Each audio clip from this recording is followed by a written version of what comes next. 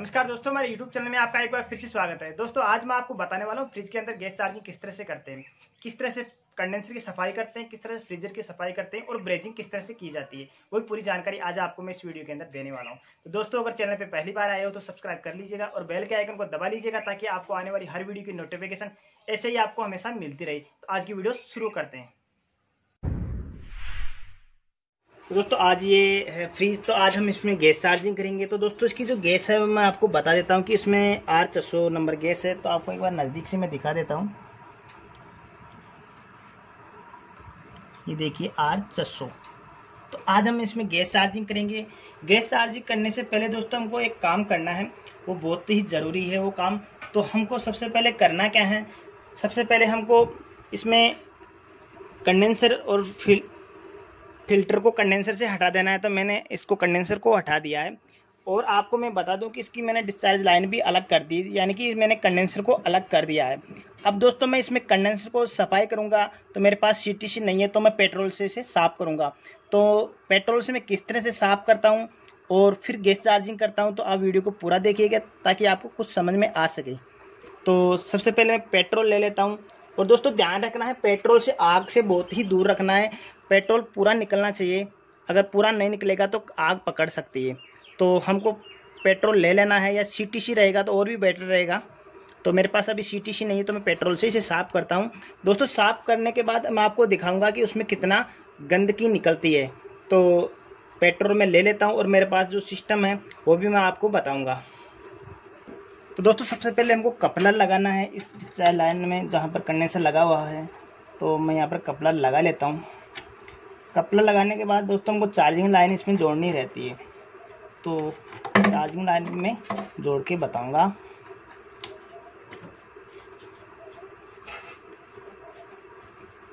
इस तरह से कपलर को अच्छे से टाइट कर लेना है।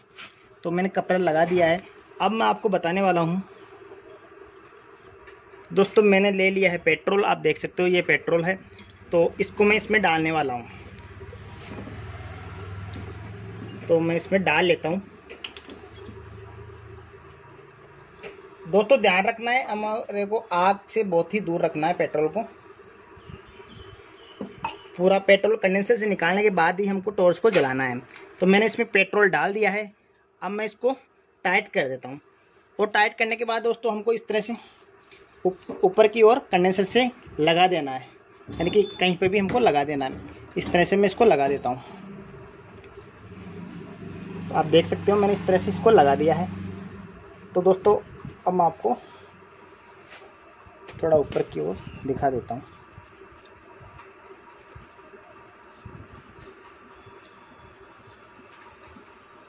इस तरह से हमको दोस्तों इस तरह से लगाने के बाद इस तरफ जो हम ये आपको निप्पल दिखाई दे रही है, इस तरफ से हमको इसको चार्जिंग लाइन को लगा देना है और अच्छे से टाइट कर देना है। और ये चार्जिंग लाइन है वो हमको जो हमने कपलर लगाया था वहाँ पे लगाना। तो मैं वहाँ पर लगा लेता हूँ। तो आपको मैं दिखा देता हूँ। इसको मैं यहाँ पर लगा देता हूँ।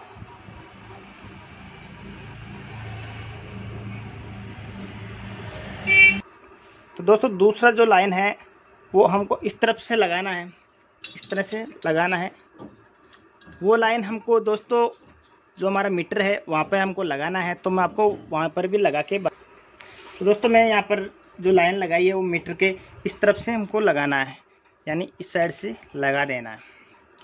अब दोस्तों इस तरफ से हमको दूसरी लाइन लगानी है, जो हमको वैक्यूम पंप है, जो हमको प्रेशर देना है, उस पंप पर हमको लगा देना है। तो मैं दूसरी लाइन भी लगा लेता हूँ। इस तरह से दूसरी लाइन भी मैं लगा लेता हूँ और टाइट कर लेता हूँ। तो दोस्तों अब मैं आपको बताने वाला हूँ। मेरे पास ये है वैक्यूम पंप।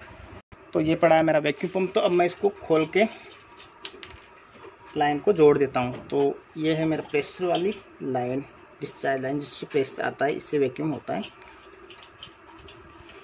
तो इसमें मैं अच्छे से टाइट करना है और कंप्रेसर को चलाना है। चलाने से पहले दोस्तों हमको मीटर को बंद रखना है। तो मैं मीटर को बंद कर लेता हूँ।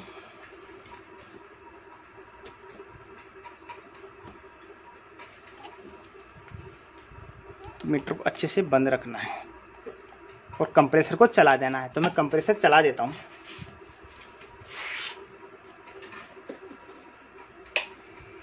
तो दोस्तों हमारा कंप्रेसर चल चुका है।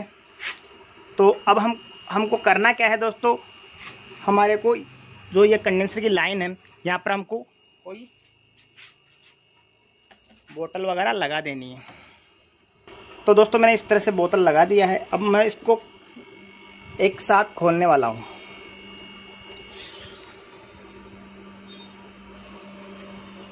आप देख सकते हो इस तरह से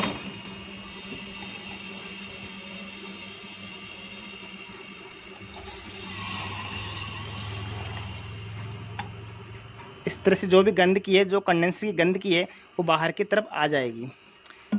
तो आप देख सकते हो इस तरह से इसमें जो गंदगी थी वो आ चुकी है। तो दोस्तों इसके बाद हमको करना क्या है, ये वाली लाइन यहाँ से हटा लेनी है। ये वाली लाइन यहाँ से हटा लेनी है। हटाने के बाद दोस्तों हमको डायरेक्ट कंप्रेसर पे लगा देना है। इस तरफ से डायरेक्ट लगा देना है ताकि हम जो कंडेंसर में पेट्रोल जमा है उसको बाहर निकाल सके। अगर हम बाहर नहीं निकालेंगे तो हम जैसे ही वेल्डिंग करेंगे तो वहाँ पर आग पकड़ने का चांस ज़्यादा होता है। तो इस तरह से लगा लेना है। और दोस्तों इस पाइप को हमको इस दबा के छोड़ना है। दोस्तों तब तक छोड़ना है जब तक पूरा पेट्रोल निकल जाए और कंडेंसर की अच्छे से सफाई हो जाए।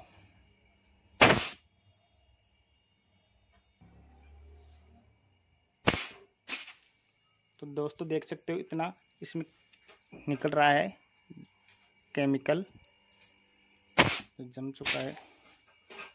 तो हमको दबा के छोड़ना है। तब तक छोड़ना है दोस्तों जब तक पेट्रोल बाहर ना आ जाए पूरा।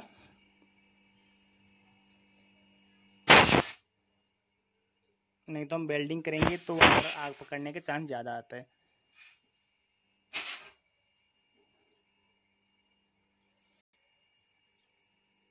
तो दोस्तों हमारा जो कंडेंसर का जो गंदा ऑयल उसमें जमा हुआ था वो बाहर की तरफ आ चुका है। तो अब हमको इस कपलर को खोल लेना है। यहाँ से इसको खोलने के बाद दोस्तों जो रिटर्न पाइप है, ये रिटर्न पाइप है, इसको भी हमको ये लगाना है और कैपिलरी का मुंह खोल देना है। जहाँ पर फिल्टर लगा है इसको खोलना है। तो मैं इसको भी खोल लेता हूँ और ये पहले कपलर लगा देता हूँ।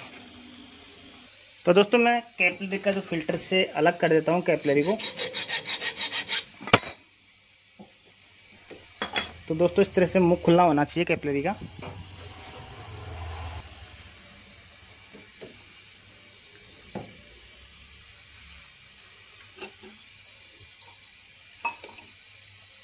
तो दोस्तों हमको फिर से पेट्रोल लेना है। पहले हम कंडेंसर की सफाई किया था, अब हम करेंगे फ्रीजर की सफाई। तो फ्रीजर में मैंने रिटर्न पे कपलर लगा दिया है और कैपिलरी का मुंह खोल दिया है। तो अब हम उसी तरीके से इसमें पेट्रोल डालेंगे। तो दोस्तों पेट्रोल हमको दोबारा से दूसरा पेट्रोल लेना है, वो पेट्रोल हमको नहीं लेना है। तो मैंने दूसरा पेट्रोल ले लिया है। तो मैं पेट्रोल इसमें डाल देता हूँ।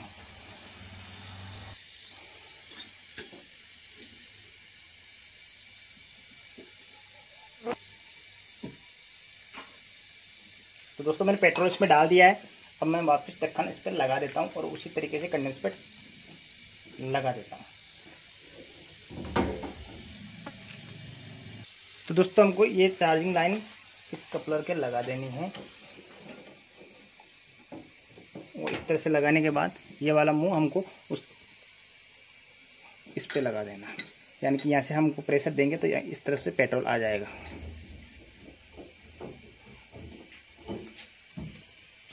तो दोस्तों अब हम इस कैपिलरी के मुंह पे हम बोतल लगाएंगे। तो दोस्तों सबसे पहले हम इसमें मीटर को बंद कर लेते हैं। इस मीटर को बंद कर लेना है और जो ये लाइन है वैक्यूम पंप की, इस पे हमको जोड़ देना है। तो इसको मैं जोड़ देता हूँ और थोड़ा इसमें प्रेशर बढ़ने देते हैं और फिर एक साथ हमको प्रेशर को खोलना है।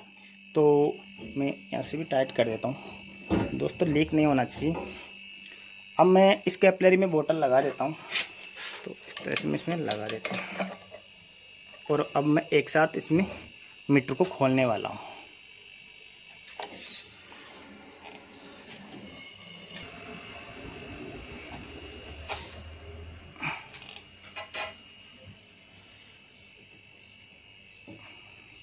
दोस्तों ध्यान रखना है, हमको ज़्यादा प्रेशर नहीं देना है, नहीं तो फ्रीजर बैंड हो सकता है। यानी कि हमारा पेट्रोल इस तरफ आ रहा है, देखिए अटक अटक के आ रहा है कि इसमें जो कचरा था इस कारण। तो दोस्तों कैपिलरी के थ्रू पेट्रोल आ रहा है, तो वो अटक अटक के आ रहा है कि इसमें थोड़ा कचरा है, इस कारण तो हमको फिर से प्रेशर को खोलना है।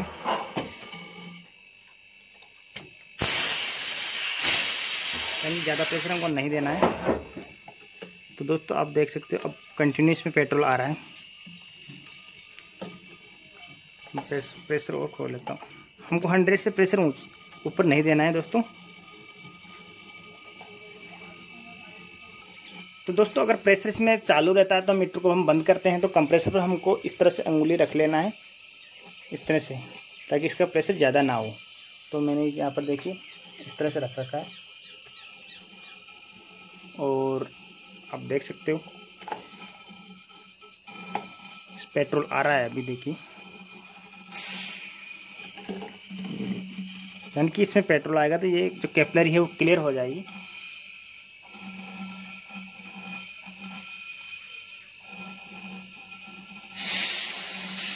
हमको दोस्तों प्रेशर को बार बार निकालता भी रहना चाहिए। तो दोस्तों मैंने इस वैक्यूम पंप की लाइन को हटा देना है और अब देखिए यहाँ पर 90 PSI प्रेशर है। तो अभी तो दोस्तों हमारा जो प्रेशर था वो धीरे धीरे नीचे की ओर आ रहा है मीटर, और यहाँ से कैपिलरी से भी पेट्रोल आना बंद हो चुका है, यानी कि थोड़ा थोड़ा इसमें आ रहा है। तो दोस्तों इस तरह से अगर हम सफाई करके CTC या पेट्रोल से तो गैस चार्जिंग करेंगे तो हमको कुछ दिक्कत नहीं होने वाली। और दोस्तों मैं तो हमेशा ऐसा ही करता हूँ और चौंक का भी बहुत कम चांस होते हैं। और दोस्तों आपको एक बात और बता देता हूँ कि इसको हमको आग से बहुत ही दूर रखना है। अगर आग से नज़दीक लाएंगे तो कुछ हादसा हो सकता है, तो हमको आग से बहुत ही दूर रखना है।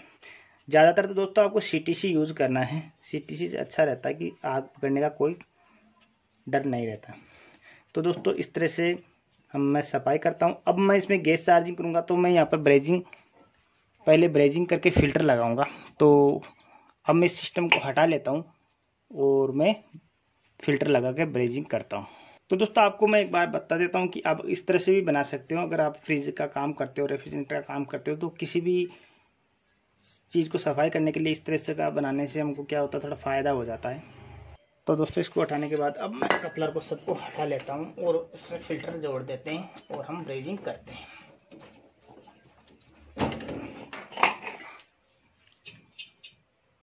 तो चलो दोस्तों यहाँ से हम थोड़ा फाइन मार लेते हैं और फिर उसके बाद रेजमाल से हमको अच्छे से करना है और फिर फिल्टर जोड़ना है। दोस्तों अच्छे से यहाँ पर सफाई होना बहुत ही ज़रूरी है। तो दोस्तों मैंने यहाँ पर फाइन मार लिया है। अब मैं इसमें रेजमाल लगा लेता हूँ। दोस्तों अच्छे से हमको रेजमाल लगा लेना है।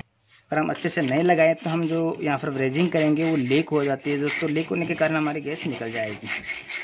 तो यहाँ से हमको अच्छे से सफाई करके हमको लगाना है। दोस्तों सबसे पहले मैं आपको बता दूँ, इसमें पेट्रोल है वो हमको पूरा निकालना है, नहीं तो हमारी ब्रेजिंग करेंगे तो आग पकड़ सकती है। तो दोस्तों मैं इसमें फ़िल्टर जोड़ देता हूँ और मेरे को एक टुकड़ा यहाँ पर लगा देना है। तो दोस्तों हम करते हैं ब्रेजिंग। तो मैं टॉर्च को चालू कर लेता हूँ।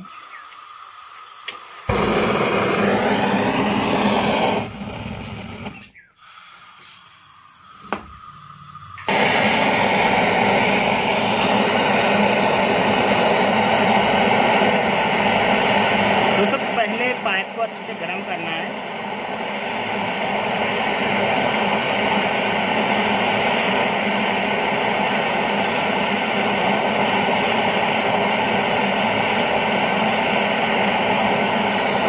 ले लेना है दोस्तों। प्लग्स हमको अच्छे से लगाना है ताकि लीक ना हो।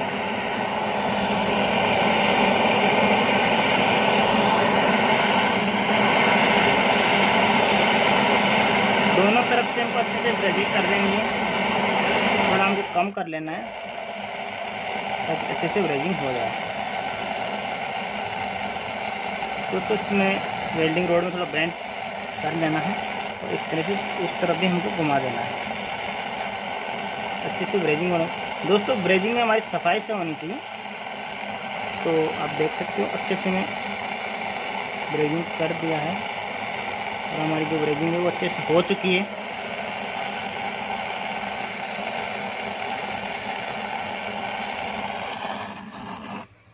तो आपको एक बार मैं नज़दीक से दिखा देता हूँ। देखिए देखिए अच्छे से ब्रेजिंग हो चुकी है। तो दोस्तों मैंने कैपिलरी का मुंह है वो आगे से कट कर लिया है और आप देख सकते हो कैपिलरी का मुंह बिल्कुल खुला है। तो मैं कैपिलरी लगा लेता हूं दोस्तों और उसी तरीके से ब्रेजिंग कर लेता हूं। दोस्तों हमको ध्यान रखना है कैपिलरी का मुंह खुला होना चाहिए।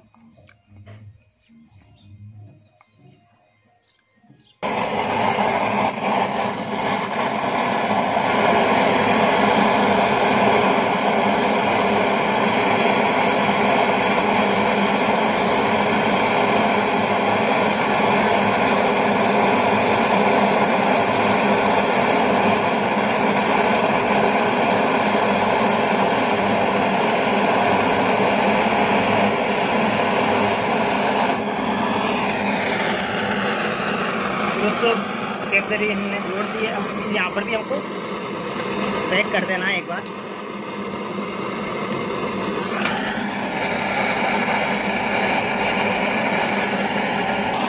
दोस्तों यहाँ पर भी ब्रेजिंग हो चुकी है। अब दोस्तों मैं इस कंडेंसर वाली लाइन को जोड़ना है मेरे को, तो इसको भी मैं जोड़ देता हूँ।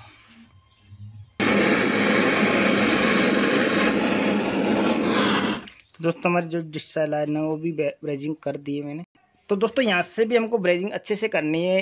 कई बार यहाँ से भी लीक हो जाता है, तो हमको यहाँ से अच्छे से रेजमा लगा के या फाइन लगा के करना चाहिए। तो दोस्तों अब हम कंप्रेसर को चला के इस रिटर्न से जो पेट्रोल है वो भी हमको पूरा निकालना है।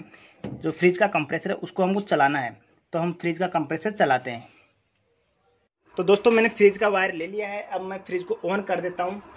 तो ऐसे में इसको ऑन कर देता हूँ।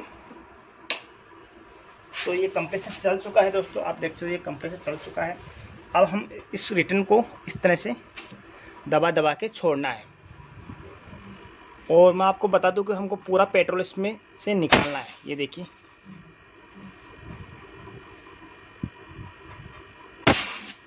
तो देखिए दोस्तों अब इसमें और पेट्रोल आएगा। तो दोस्तों पेट्रोल के साथ में ऑयल जो जमा है फ्रीजर में वो भी बाहर की तरफ आ जाएगा।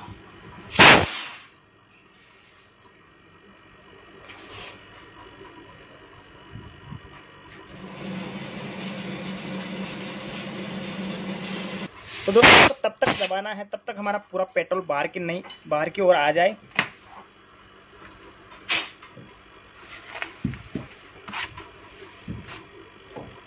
दबा दबा के हमको छोड़ देना है।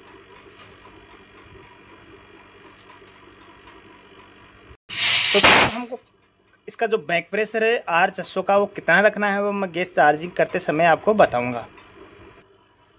तो दोस्तों हमारे जो रिटर्न पाइप से पेट्रोल आ रहा था वो बिल्कुल आना बंद हो चुका है। अब हम इस रिटर्न को कंप्रेसर से जोड़ देते हैं और पहले कंप्रेसर को हमको बंद कर लेना है। तो मैं इस कंप्रेसर को बंद कर लेता हूँ। बंद करने के बाद दोस्तों हमको थोड़ा रुकना चाहिए कि इसमें प्रेशर भरा हुआ है।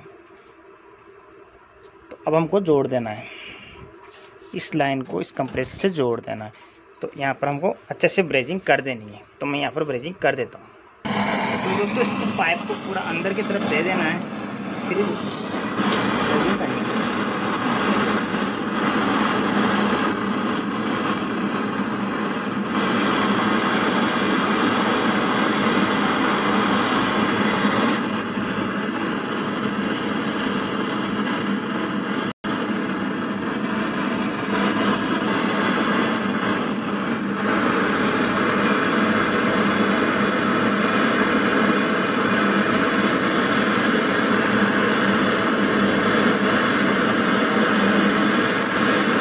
दोस्तों वेल्डिंग राड को चारों तरफ घुमा देना है गोलाई से बिल्कुल। और अच्छे से ब्रेजिंग हो चुकी है। आपको मैं नज़दीक से दिखा देता हूँ। ये देखिए अच्छे से ब्रेजिंग हो चुकी है। तो दोस्तों अब हम इसमें डालेंगे प्रेशर और देखेंगे कि कहीं से लीक तो नहीं है। तो मैं इसमें चार्जिंग लाइन जोड़ लेता हूँ। दोस्तों चार्जिंग लाइन को हमको अच्छे से साफ कर लेना है कि इसमें कोई पेट्रोल तो नहीं है। तो कंप्रेसर के लगा के इसको सफाई कर लेना है। तो दोस्तों इस तरह से साफ कर लेना है। एक लाइन साफ हो चुकी। तो दोस्तों हमको वाल लगा लेना है, तो मैं वाल लगा लेता हूँ। और इसको टाइट कर देता हूँ। तो दोस्तों ये वाला मुंह हमको लगाना है, जो निप्पल आपको दिखाई दे रही है ये वाली इस बाल के ऊपर लगा देना और टाइट कर देना है। तो दोस्तों इसको लगाने के बाद हमको मीटर जोड़ना होता है, और तो मैं मीटर को इस तरह से जोड़ लेता हूँ, और जो हमारा कंप्रेसर चल रहा है उसकी लाइन इस पर जोड़ देनी है, और हमको प्रेशर डाल के देखना है इसमें कि कहीं से लीक तो नहीं है। तो प्रेशर ऊपर की ओर जा रहा है मीटर। तो दोस्तों हमारा प्रेशर ऊपर की ओर जा रहा है, तो अभी 30, 70, 80 तक हो चुका है, और हमको 100 तक करना है दोस्तों, ज़्यादा हमको प्रेशर नहीं देना है इसमें। तो दोस्तों मैंने 100 तक इसमें प्रेशर डाल दिया है। अब मैं साबुन के झाग करके जहाँ पर हमने ब्रेजिंग की थी वहाँ से हमको चेक करना है। तो मैं झाग कर लिए हैं, अब आपको मैं बताऊंगा इस तरह से हमको लीक को टेस्ट करना होता है। तो इस तरह से हमको जहाँ पर हमने ब्रेजिंग की है वहाँ पर हमको इस तरह से देख लेना है। तो यहाँ पर हम को कोई भी लीक नहीं बता रहा है, और इस तरह से भी देख लेते हैं। तो दोस्तों अब हम प्रेशर को करते हैं थोड़ा होल्ड, और देखते हैं कि कहीं पे लीक तो नहीं है, फ्रीजर तो लीक नहीं है, तो हमको थोड़ा होल्ड करना होगा। तो हमने इस पर 100 का जो प्रेशर है वो दे रखा है। तो देखते हैं, हम कम से कम 10-15 मिनट या आधा घंटा हमको रखना है। दोस्तों आज 600 नंबर जो गैस चार्जिंग हम कर रहे हैं उसका जो सेकंड पार्ट है वो मैं आपको नेक्स्ट वीडियो में बताऊंगा, क्योंकि ये वीडियो बहुत ही लंबी हो चुकी है, इस कारण मैं इस वीडियो में आपको नहीं बता सकता। तो दोस्तों मिलते हैं नेक्स्ट वीडियो में, तब तक के लिए नमस्कार।